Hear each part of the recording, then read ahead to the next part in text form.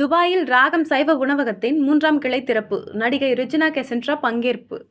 Dubai April 25 ஐக்கிய அரபு அமீரக துபாய் ஊத்மேத்தா பகுதியில் லாம்சி பிளாசா எதிரே செயல்படும் ராகம் சைவ உணவகம் தனது 3வது கிளை உணவகத்தை துபாய் அல்கிசஸ் பகுதியில் வாடிக்கையாளர்களின் ஆதரவோடு திறக்கப்பட்டது. இக்கிளை உணவகத்தினை தென்னிந்திய பிரபல நடிகையான ரெஜினா கெசன்ட்ரா உணவகத்தின் நிறுவனர்கள் மற்றும் வாடிக்கையாளர்கள் முன்னிலையில் திறந்து வைத்தார். இந்நிகழ்ச்சியில் சிறப்பு விருந்தினர்களாக தமிழக குரல் தொலைக்காட்சி நாளிதழ் வளைகுடா முதன்மை நெறியாளர் கமல் கிவில், தினக்குரல் தமிழ் தேசிய நாளிதழின் வளைகுடா முதன்மை நிருபரும், வணக்கம் பாரதம் வார இதழின் இணை ஆசிரியருமான நஜீம் மரிக்கா உள்ளிட்ட பல பிரபல ஊடகவியலாளர்கள் மற்றும் முக்கிய பிரமுகர்கள் கலந்து கொண்டனர். இந்நிகழ்ச்சியினை ஸ்ப்ரெட் ஸ்மைல்ஸ் நிறுவனத்தின் நிறுவனர் மக்கள் ஆர்.ஜே. சாரா மற்றும் ஸ்ப்ரெட் ஸ்மைல் குழுவினர்கள் ஒருங்கிணைப்பில் சிறப்பாக நடைபெற்றது.